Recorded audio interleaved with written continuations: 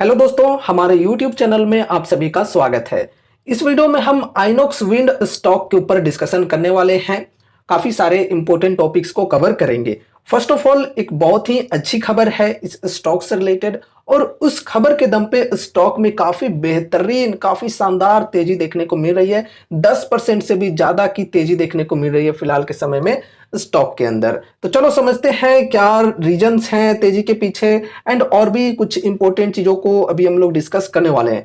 तो देखो, यहां पर हेडलाइन में कही जा रही है आइनॉक्स विंड को 153 मेगावाट का बड़ा ऑर्डर मिला। ठीक है, एक बड़ी ऑर्डर रिसीव हुई है दोस्तों। आइनॉक्स विंड को 153 मेगावाट कैपेसिटी की ये ऑर्डर है। थोड़ा डिटेल में समझते हैं। तो देखो, यहां पर कही जा रही है आइनॉक्स विंड लिमिटेड ने आज यानी शुक्रवार 7 मार्च को घोषणा की कि उसे 153 मेगावाट का ऑर्डर मिला है। यह ऑर्डर एक प्रमुख रिन्यूएबल एनर्जी डेवलपर से मिला है, जो एक ग्लोबल क्लीन एनर्जी कंपनी का हिस्सा है। यह ऑर्डर तमिलनाडु में विकसित किए जा रहे एक प्रोजेक्ट के लिए आइनॉक्स विंड के 3 मेगावाट क्लास टरबाइनों की सप्लाई से जुड़ा है। ठीक है, तो देखो यहाँ पे एक बड़ी ऑर्डर रिसीव हुई है कंपनी को 153 मेगावाट की, जिसमें क्या चीजें होने वाली है। यहाँ पे आइनॉक्स विंड जो है ये 3 मेगावाट क्लास के जो विंड टरबाइन्स हैं वो सप्लाई करने वाली है। ठीक है, आगे यहां पे कही जा रही है इसके अलावा आइनॉक्स विंड इस प्रोजेक्ट के लिए सीमित दायरे में इंजीनियरिंग, प्रोक्योरमेंट और कंस्ट्रक्शन सेवाएं प्रदान करेगा। ठीक है, साथ ही साथ इस प्रोजेक्ट के अंदर सीमित दायरे में कंपनी जो है ये ईपीसी की जो सर्विसेज होती हैं वो भी देने वाली है, यानी कि इंजीनियरिंग, प्रोक्योरमेंट एंड कंस्ट्रक्शन का जो सर्विस होता है वो भी ये कंपनी देने वाली है। और टरबाइनों के कमीशनिंग के बाद कई वर्षों तक ऑपरेशंस एंड मेंटेनेंस यानी कि ओएनएम सेवाएं भी देगा। ठीक है, ये जो प्रोजेक्ट है, ये जो टरबाइन्स वगैरह हैं वो सक्सेसफुली कमीशन कर दिए जाएंगे, तो उसके बाद कई वर्षों तक उसके अंदर ऑपरेशंस एंड मेंटेनेंस का जो काम होता है वो भी सर्विस कंपनी देने वाली है। तो काफी अच्छी बात है, बड़ी ऑर्डर कंपनी को रिसीव हुई है, और इसी की वजह से स्टॉक में शानदार रैली हमें देखने को मिल रही है आज के दिन। ठीक है, अब यहाँ पे हम बात करते हैं थोड़ा सा यहाँ पे फंडामेंटल रेशियोज के ऊपर। तो देखो, यहाँ पे सबसे पहले मार्केट कैप की बात करें तो 22,060 करोड़ की मार्केट कैप है। स्टॉक पी 71.4 की, इंडस्ट्री पी 47.3 की, एंड फिर यहाँ पर पीजी रेशियो की बात करें तो 18 की है। तो ओवरऑल यहाँ पे हम वैल्यूएशन की बात करें P ratio and PG ratio के अकॉर्डिंग, तो काफी एक्सपेंसिव है वैल्यूएशन फिलहाल इस स्टॉक की। ठीक है, अब यहाँ पे देखो आरओसी 4.26%, आरओई -1.81%, कुछ खास नहीं है। यहाँ पर आरओई तो एकदम माइनस में देखने को मिल रहा है। फिर यहाँ पर बात करें प्रमोटर्स होल्डिंग की तो 48.3% ये है प्रमोटर्स होल्डिंग, चलो ठीक ठाक है। लेकिन यहाँ पर एक नेगेटिव पॉइंट ये है कि प्रमोटर्स के जो होल्डिंग्स हैं ये प्लेस्ड भी हैं, यानी कि गिरवी भी हैं 1.73% की। ठीक है, तो ये एक नेगेटिव पॉइंट है। अब प्लेजिंग हिस्ट्री के ऊपर भी थोड़ा सा डिस्कस करेंगे, बस वीडियो के साथ एंड तक बने रहना। अब यहाँ पे आगे बढ़ते हैं। अगर हम बात करें डेप्ट की तो 4543 करोड़ की डेप्ट है कंपनी के अंदर, और डेप्ट टू इक्विटी रेशियो जो है ये भी ज्यादा देखने को मिल रहा है, थोड़ा 1.33 का है। तो ये भी एक रिस्क फैक्टर यहाँ पर हो जाता है। फिर यहाँ पर फ्री कैश फ्लो की बात करें तो ये माइनस में -874 करोड़। फिर यहाँ पर डिविडेंड यील्ड 0%, फेस वैल्यू 10 रुपए की, ईपीएस है 2.36 रुपए की। तो यहाँ पे हमें क्या कुछ देखने को मिल रहा है कि यहाँ पे देखो आरओसी, आरओई जो है वो कुछ खास परसेंटेज में नहीं है। डेप्ट जो कंपनी के अंदर है वो थोड़ा ज्यादा है। प्रमोटर्स की जो होल्डिंग्स हैं वो प्लेज्ड भी हैं, हालांकि बहुत ही ज्यादा परसेंटेज में प्लेज्ड नहीं है, लेकिन कुछ प्लेज्ड हैं। अब ये जो प्लेजिंग के परसेंटेज होते हैं ये अगर बढ़ते जाते हैं कंटिन्यूअसली तो फिर यहाँ पर एक बड़ी रिस्क बन जाती है। ठीक है, साथ ही साथ यहाँ पर वैल्यूएशन की बात करें तो फिलहाल वैल्यूएशन जो है ये एक्सपेंसिव है काफी ज्यादा। अब यहाँ पे प्रमोटर्स की जो प्लेजिंग हिस्ट्री है इसे थोड़ा सा समझ लेते हैं। तो देखो, यहाँ पर दिसंबर 2023 से लेकर दिसंबर 2024 तक की डेटा, यानी कि एक साल की डेटा है। तो उस वक्त देखो यहाँ पे प्रमोटर्स की जो होल्डिंग थी वो थी 52.87% की।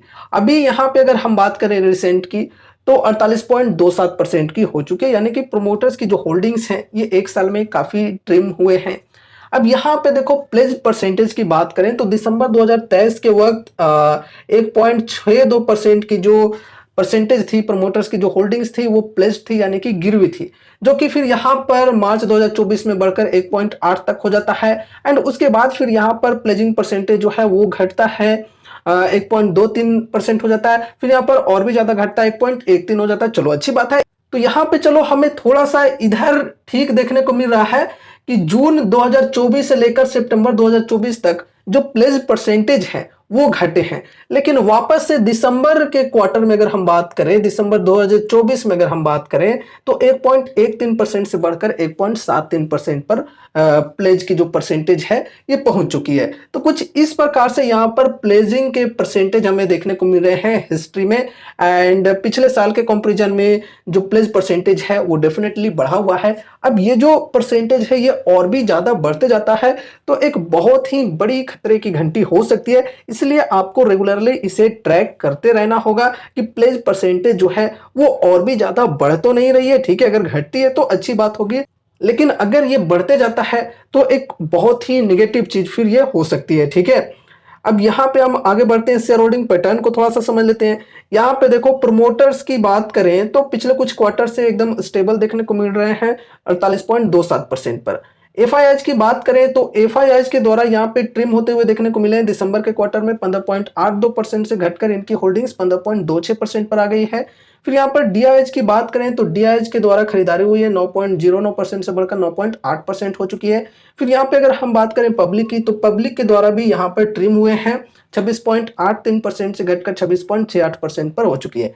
अभी देखो दोस्तों, ओवरऑल यहाँ पे अगर हम शेयर होल्डिंग पैटर्न की बात करें तो ठीक ठाक देखने को मिल रहा है। अच्छी बात यहाँ पर मुझे ये लग रही है कि जो इंस्टीट्यूशन है एफआईआईज एंड डीआईएच, इनकी होल्डिंग्स बढ़िया परसेंटेज में देखने को मिल रही है, 15% और 9%।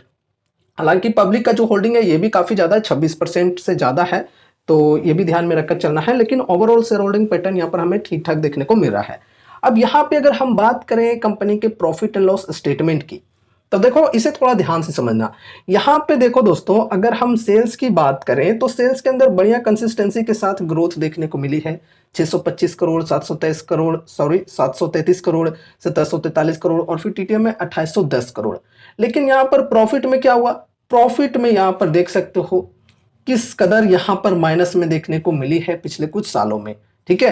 कंपनी जो है ये यहाँ पर 483 करोड़ की लॉस में थी, लॉस यहाँ पर बढ़ा 712 करोड़ की लॉस। फिर यहाँ पर लॉस काफी ज्यादा घटा है, मात्र 53 करोड़ का लॉस। और फिर टीटीएम में कंपनी प्रॉफिट में आ चुकी है 289 करोड़, ठीक है। तो देखो यहाँ पे सेल्स के अंदर तो ग्रोथ हुई है, लेकिन प्रॉफिट्स में यहाँ पे हमें माइनस में क्यों देखने को मिल रहा है ये भी समझते हैं। तो देखो दोस्तों, यहाँ पे जो ओपीएम की परसेंटेज है ये किस कदर हमें माइनस में देखने को मिल रही है, ठीक है। यहाँ पे देख सकते हो -48%, फिर यहाँ पर -26%, इधर देखो पॉजिटिव हुआ 15%, 22%। इस वजह से इधर यहाँ पे हमें जो लॉसेज है वो काफी हद तक कम होते हुए देखने को मिले। और फिर यहाँ पे 15% से बढ़कर 22% पर ओपीएम की परसेंटेज आ गई, तो कंपनी जो है ये प्रॉफिटेबल हो गई है टीटीएम के अंदर, ठीक है। तो देखो कंपनी जो है ये लॉस में चलते आ रही थी। यहाँ पे मार्च 2024 तक की बात करें तो कंपनी जो है ये लॉस में ही थी। अभी यहाँ पर देखो ये जो हमारा फाइनेंशियल ईयर है ये एंड होने को है, मार्च में एंड हो जाएगा।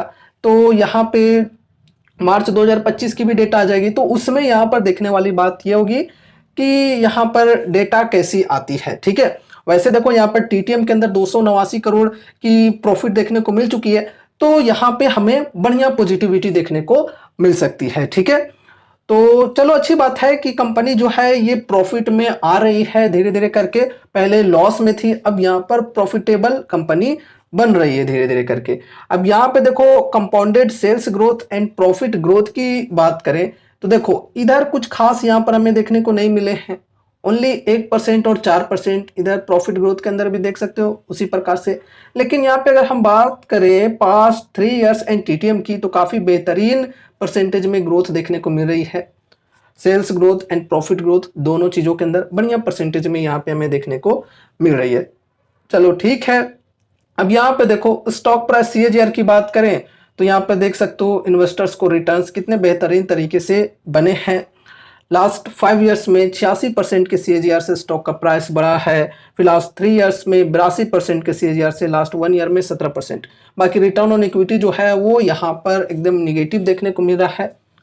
फिर यहाँ पे हम बात करते हैं अब टेक्निकल्स के ऊपर, ठीक है।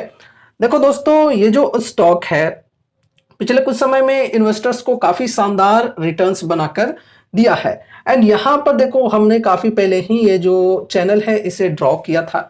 ये जो चैनल है पहले यहाँ तक ही बना हुआ था, ये गिरावट की बात मैं नहीं कर रहा हूँ अभी, ठीक है, जब यहाँ पर तेजी चल रही थी उस वक्त की मैं बात कर रहा हूँ। तो देखो यहाँ पर कुछ इस प्रकार से चैनल बनाकर प्राय जो है ये अपसाइड में चलते जा रहा था, फिर यहाँ पर चैनल को ब्रेकआउट मिला और स्टॉक के अंदर शानदार तेजी देखने को मिली, एक न्यू हाई बनते हुए देखने को मिली, हाई के लेवल से फिर प्रॉफिट बुकिंग चालू हुई और गिरते स्टॉक जो है वो यहाँ पर इधर आ गया। 52 वीक हाई के लेवल से अगर हम बात करें तो स्टॉक जो है ये तकरीबन 40 to 50% तक करेक्ट हो गया है रिसेंटली, और रिसेंट टाइम में बाजार में काफ़ी भयंकर गिरावटें भी देखने को मिली है, तो उसका इम्पैक्ट यहाँ पर पड़ा और स्टॉक जो है ये काफ़ी ज़्यादा गिर गया, 52 वीक हाई के लेवल से 40-50% तक करेक्ट हो गया। अब देखो दोस्तों यहाँ पर जो चैनल हमने ड्रॉ किया था, पहले यहाँ पर सपोर्ट बना हुआ था, अब यहाँ पे देखो यही लाइन जो है सपोर्ट वाला लाइन अब रेजिस्टेंस के तौर पे वर्क कर रहा है। यहाँ पर देखो ये जो सपोर्ट है ये टूटा एंड अब यहाँ पर वापस से स्टॉक जो है इस लेवल को टच करने की कोशिश कर रहा है। तो पहले जो सपोर्ट बना हुआ था अब यहाँ पे ये रेजिस्टेंस बना हुआ है, यहाँ पर अगर ब्रेकआउट मिलता है तो फिर स्टॉक के अंदर थोड़ी बढ़िया तेजी हम एक्सपेक्ट करके चल सकते हैं। लेकिन शानदार रैली हम कब एक्सपेक्ट करके चल सकते हैं, जब यहाँ पे ये जो 52 वीक हाई का लेवल है इसे ब्रेकआउट मिले, इस टाइप से कटोरा का जो पैटर्न बनता है इसे ब्रेकआउट मिलेगा तो फिर यहाँ पर हम और भी शानदार तेजी एक्सपेक्ट करके चल सकते हैं। अभी देखो यहाँ पर भी क्या हमें देखने को मिल रहा है, एक चैनल के जैसा देखने को मिल रहा है। यहाँ पर देखो ये जो दोनों कैंडल्स हैं इन दोनों ने यहाँ पर सपोर्ट लिया है ये ट्रेंड लाइन पर, एंड उसके बाद यहाँ पर देखो रिकवरी की इंडिकेशन मिल रही है, सपोर्ट के लेवल से अच्छी बाइंग इंडिकेशन मिल रही है, लेकिन इसे ब्रेकआउट मिलना जरूरी है। अगर ब्रेकआउट मिलता है तो फिर हम और भी बेहतर तेजी एक्सपेक्ट करके चल सकते हैं। लेकिन हाँ ये ध्यान में रखकर चलना है कि ये जो लेवल है ये रेजिस्टेंस के तौर पे वर्क जरूर से करेगा। ये जो पहले हमने चैनल ड्रॉ किया था यही लेवल इधर यहाँ पे रेजिस्टेंस के तौर पे भी वर्क करेगा, ठीक है।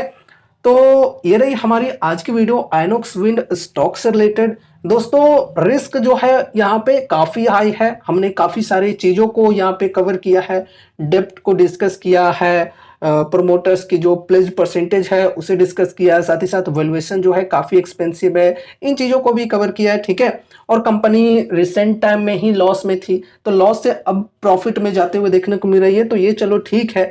अगर लॉन्ग टर्म में कंपनी बढ़िया तरीके से ग्रो कर जाती है तो इन्वेस्टर्स को शानदार रिटर्न्स बनाकर दे सकती है, वरना यहाँ पर इन्वेस्टर्स का जो पैसा है वो डूब भी सकता है। इसलिए ऐसे रिस्की स्टॉक्स में इन्वेस्टर क्या करते हैं, जरूरत से ज्यादा अमाउंट्स लगाने से बचते हैं, सोच समझकर लिमिटेड अमाउंट्स के साथ ही चलते हैं ऐसे स्टॉक्स में, ठीक है।